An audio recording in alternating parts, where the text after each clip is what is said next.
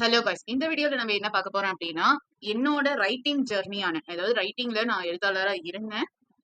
வாட்பேட்ல. அந்த வாட்பேடுங்கிற டூல் வந்து எப்படின்னா, ரீட் அண்ட் ரைட் டூல் மாரி. நம்ம வந்து படிக்கவும் செய்யலாம் அந்த நாவல் இதுல, எழுதவும் செய்யலாம். ஸோ அந்த மாதிரி ஒரு டூல் தான் அது. அதுல வந்து நெறைய நாவல்ஸும் இருக்குது. இப்ப வந்து அதுல அத பத்தின ஒரு அவேர்னஸ ஷேர் பண்ணலான்னு தான் இத எடுத்தது. அண்ட் இப்ப ரீசென்ட்லி ஜியோ சிம் யூசர்ஸ்னால அந்த வாட்பேட் வந்து யூஸ் பண்ண முடியாது. பிகாஸ் ஆஃப் சம் டெக்னிக்கல் இஷ்யூன்னு சொல்றாங்க, என்னன்னு தெரியல. அண்ட் ஆக்சுவலா அது வந்து ரைட்டர்ஸ்க்கானது அப்படிங்கறனால அது பேஸ்டா நம்ம சொல்ல போறோம். அப்புறம் இப்ப நான் வந்து சில ப்ராஜெக்ட்ஸ் இந்த மாதிரி பண்ணிட்டு இருக்கேன். உங்களுக்கும் இந்த மாதிரி ஏதாவது ப்ராஜெக்ட்ஸ் ஏதாவது செய்யணும் அப்படின்னா கீழே டிஸ்கிரிப்ஷன்ல இமெயில் இருக்கும், இல்ல என்னோட போர்ட்ஃபோலியோ லிங்க் இருக்கும். அது ரெண்டுலையுமே நீங்க பார்த்து எனக்கு மெசேஜ் பண்ணீங்கன்னா நம்ம அதை பத்தி டிஸ்கஸ் பண்ணலாம். கைஸ், ஃபர்ஸ்ட் என்னோட ஜெர்னியை சொல்லிடுறேன். நான் வந்து வாட்பேடுங்கிற அந்த டூல் இருக்கிறதே எனக்கு 2017ல தான் தெரியும் எனக்கு. ஃபர்ஸ்ட் ஆஃப் ஆல் அந்த டைம் வந்து நான் வந்து படிச்சுட்டு இருந்தேன் காலேஜ். அந்த டைம் தான் எனக்கே தெரியும் வாட்பேட் வந்து ஒரு நாவல் ரீடிங் இது. எனக்கு வந்து போர் அடிக்குது, ஏதாவது புக் படிக்கணும்னு. அந்த புக் படிக்கிற ஹேபிட்டே எனக்கு எப்ப வந்தது அப்படின்னா, என்னோட எல்டர்ஸ் வந்து என்னோட பேரண்ட்ஸோ தாத்தா பாட்டியோ பெரியமாவோ பெரியப்பாவோ இருந்தாங்க அப்படின்னா, எனக்கு மோஸ்ட்லி பெரியமா தான். அப்புறம் எங்க அம்மா, இவங்க எல்லாம் நாவல்ஸ், காமிக்ஸ், அப்புறம் தமிழ்நாட்டுல இருக்கிறவங்களுக்கு தெரியும் குங்குமம், குமுதம் இந்த மாதிரி புக்ஸ் எல்லாம் இருக்கும். அதுல ஷார்ட் ஸ்டோரிஸ் வரும், நாவல்ஸ் வரும். ரொம்ப இன்ட்ரெஸ்டிங்கா போனுச்சுன்னா அதை நம்ம படிப்போம். இந்த மாதிரி படிக்க ஆரம்பிச்சதுல இருந்து தான் எனக்கு வந்து இந்த ரைட்டிங் மேல இன்ட்ரெஸ்டே நிறைய வந்தது. என்னோட லாங்குவேஜ் வந்து தமிழ் தான். சோ அதனால எனக்கு கொஞ்சம் கொஞ்சமா அந்த நாவல்ஸ், ஷார்ட் ஸ்டோரிஸ் படிக்கும்போது ஓரளவுக்கு எனக்கு அதுல இன்ட்ரெஸ்ட் இருந்தது. சோ அப்படிதான் எனக்கு வந்து இந்த நாவல் எழுதலாம் அப்படின்னு ஒரு பக்கம் எனக்கு மைண்ட்ல ஆல்ரெடி இமேஜினேஷன் இருந்தது. எனக்கு வந்து அதை எப்படி எங்க போய் பப்ளிஷ் பண்றது அப்படிங்கிற ஒரு தெரியாத கட்டத்துல தான் நாவல்ஸ் ஜஸ்ட் படிப்போம், ஆன்லைன்ல எப்படி எழுதியிருக்காங்கன்னு பார்ப்போம் அப்படின்னு சொல்லிட்டு ஃப்ரீயா எந்தெந்த டூல்ஸ்ல வந்து இருக்கு அப்படின்னு சொல்லி கூகுள் சர்ச் பண்ணும்போது தான் எனக்கு வாட்பேடுங்கிற அந்த ஆப்ஷன் ஃபர்ஸ்ட் கிடைச்சது. அண்டு நானும் சரி அப்படின்னு உள்ள நான் படிக்க ஆரம்பிச்சப்பதான் எனக்கு வந்து ஸ்க்ரோல் பண்ணிட்டே இருக்கும்போது தான் ஒரு விஷயம் நான் கண்டுபிடிச்சது. ரைட் யுவர் ஸ்டோரி அப்படின்னு ஒரு ஆப்ஷன் வந்தது. அப்ப நான் வந்து பார்த்தேன், சரி நம்ம ரைட் பண்ணலாம். ஆடியன்ஸோ இல்ல ரீடர்ஸோ ஒரு வேளை பார்த்து நம்மள பிடிச்சிருக்கு, நம்மளோட ஸ்டோரிஸ் பிடிச்சிருக்கு அப்படின்னா அவங்க கிட்ட வந்து இது விஷயமா பேசலாம், ஷேர் பண்ணலாம் அப்படின்னு ஒரு டிசிஷன் எடுத்தது. அதே மாதிரி நான் பப்ளிஷும் சில ஸ்டோரிஸ் 2017ல இருந்தே பண்ணேன். வாட்பேட் வந்து 2006ல வந்து கிரியேட் ஆனது. அண்டு நான் பப்ளிஷ் பண்ண ஆரம்பிச்சப்ப வியூஸும் நிறைய வந்தது. அதே சமயம் அந்த இதுவும் டீஆக்டிவேட் ஆனது. அது அப்புறம் நாவல்ஸ் நான் ரைட் பண்ண ஆரம்பிச்சதுக்கான முக்கிய ரீசன் என்னோட ஃபாதர் தான். என்னோட அப்பா என்ன சொன்னாருன்னா அப்படின்னா, அனு நீ வந்து இங்கிலீஷ் கம்யூனிகேஷன்ல இருந்து எல்லாமே கொஞ்சம் நீ இம்ப்ரூவ் பண்ணணுமா, வேலை கிடைக்கணும்னாலும் சரி, இத ஏதாவது ஒரு இடத்துக்கு போய் இங்கிலீஷ்ல பேசணும், வேற ஊருக்கு போற இந்த மாதிரி ஏதாவதுன்னா இங்கிலீஷ்ல நீ பேசணும், அப்ப உனக்கு இங்கிலீஷ் தான் உனக்கு வந்து யூஸ் ஆகும் அப்படின்னு சொன்னது.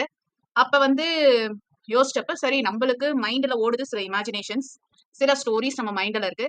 அதை ஓரளவுக்கு ப்ரொஃபவுண்ட் மாதிரி பண்ணி சரி பண்ணி, ப்ரொஃபவுண்ட்னா அதுல இருக்கிற அந்த லைன்ஸை வந்து கரெக்ஷன் பண்ணி நம்ம கொஞ்சம் இது பண்ணோம்னா நம்ம நாவல்ஸ் வந்து ஓரளவுக்கு ஓகே அப்படிங்கிற ஸ்டேஜுக்கு போகும் அப்படின்ட்டு நான் டிசிஷன் எடுத்தது.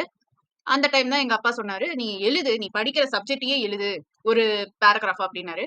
எனக்கு வந்து சப்ஜெக்டையே எழுதுறது ஆல்ரெடி நான் சப்ஜெக்ட தான் டெஸ்டா எழுதிட்டு இருந்தேனா, சோ வந்து வேண்டாம் அப்படின்ட்டு என்னோட இமேஜினேஷனை நாவலா அதுல பிரதிபலிச்சது. But it got in to a failed one, அதாவது ஃபெயில்ட் ஆயிடுச்சு.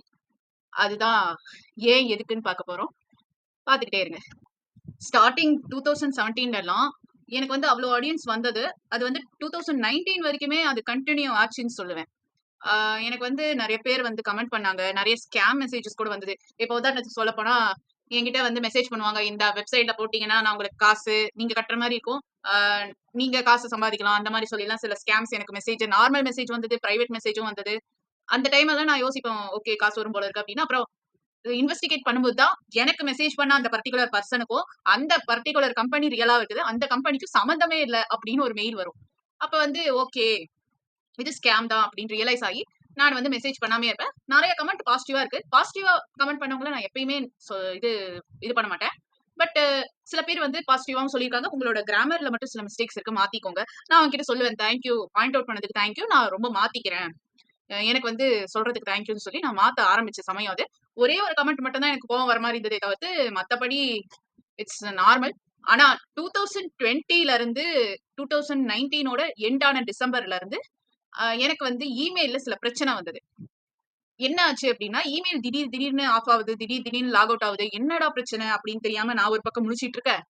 அப்புறமேட்டு தான் என்னோட நாவல்ஸ் வந்து லீக் ஆயிடுச்சு. என்னோட யூசர் அக்கௌண்டோட டேட்டாவும் லீக் ஆயிடுச்சு. வேற ஒரு மிரர் சைட்ன்னு சொல்றாங்க. அதாவது வாட்பேடுக்கு சம்மந்தம் இல்லாத வேற ஒரு மிரர் சைட்டோட ஏதோ ஒரு பிரச்சனை வந்துருச்சு அப்படின்னு ஒரு மாதிரி போட்டிருந்தது.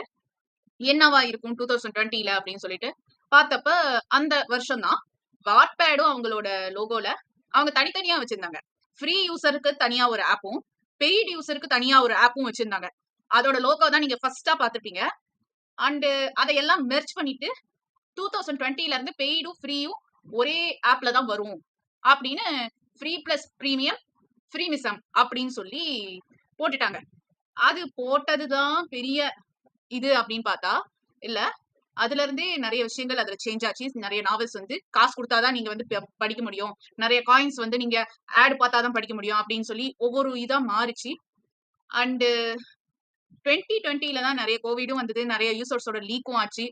இப்ப வந்து லீக் ஆன அந்த வெப்சைட்ஸையும் என்னோட பழைய நாவல்ஸையும் தான் இந்த வீடியோல நீங்க பாப்பீங்க. அண்ட் இதுதான் என்னோட வீழ்ச்சி. என்னோட அக்கௌண்ட், என்னோட இமெயில், என்னோட அந்த பர்டிகுலர் நாவலுக்காகவே ஒரு இமெயில் கிரியேட் பண்ண அக்கௌண்ட் எல்லாமே க்ளோஸ் பண்ணது அந்த லீக் ஆன விஷயத்தினாலதான். இது நான் வந்து சொல்லணும்னு நினைச்சிட்டு இருந்தேன். இன்னைக்கு நல்ல வேலை சொல்லிட்டேன். ஏபி அனுசாரா 199 பாக்குறது தான் என்னோட பழைய ஃபர்ஸ்ட் லோகோன்னு சொல்லுவேன். அது எனக்கு மறக்க முடியாத ஒரு லோகோ. யாருக்குமே ஃபர்ஸ்டா கிரியேட் பண்ற யூடியூப் சேனலோட லோகோவோ இல்ல ஏதோ ஒரு ப்ரொஃபைலோட லோகோவையோ யாராலையுமே அது டெலீட் பண்ண முடியாது, மறக்கவும் முடியாது, இது பண்ணவும் டீஆக்டிவேட் பண்ணவும் முடியாது. பட் இது வந்து ஒரு மெமரியா இருக்குது. நான் வந்து நாவல் ரைட் பண்ண ஸ்டார்ட் பண்ணப்ப. இதோட இந்த கண்டென்ட் முடியுது. தேங்க்யூ ஃபார் வாட்சிங்.